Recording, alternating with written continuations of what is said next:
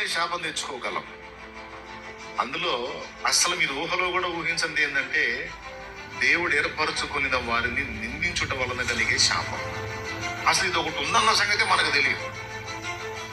దేవుడు ఏర్పరచుకున్న వారిని బ్లెస్ చేయటం ద్వారా మనం కూడా దీవించబడతామన్న సంగతి కూడా మనకు అంతగా తెలియదు.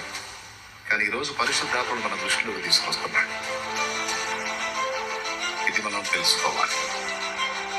అందుకే సాధ్యమైనంత వరకు ఆశీర్వచనమే పలకండి కానీ శాపవచనం పలకొద్దు అన్నాడు. ఎందుకు అన్నాడో తెలుసా? ఈ శాపాలు పలకటం అలవాటు అయిపోయి దేవుడు ఆశీర్వదించిన వారిని కూడా ఏదన్నా దూషించినా శాపం పలికినా అది మనకు రివర్స్ లో కొట్టింది.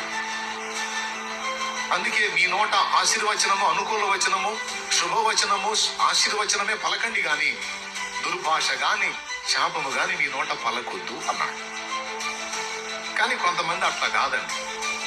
వాళ్ళ నోటిని కంట్రోల్ చేయలేము.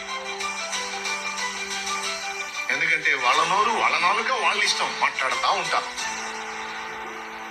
కొంతమంది బయటికి మాట్లాడకపోయినా లోపల తిట్టుకుంటుంటారు. అట్లా కూడా కోటింగే,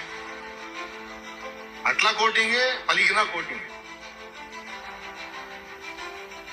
అందరినీ కాదు, దేవుడు ఏర్పరచుకున్న వారిని, నీకు రూఢి అయిన వారిని, దేవుడు తన చేత వాడుకుంటున్న వారిని, దేవుని పిలుపు యథార్థంగా పొందుకొని దేవుని ఆలోచనలను గైకొని ఆయన చిత్తమును నెరవేర్చడం కొరకు నడుస్తున్న వారిని, వారి విషయంలో దేవుడు చాలా తీవ్రంగా ఉంటాడు, చాలా సీరియస్ గా ఉంటాడు.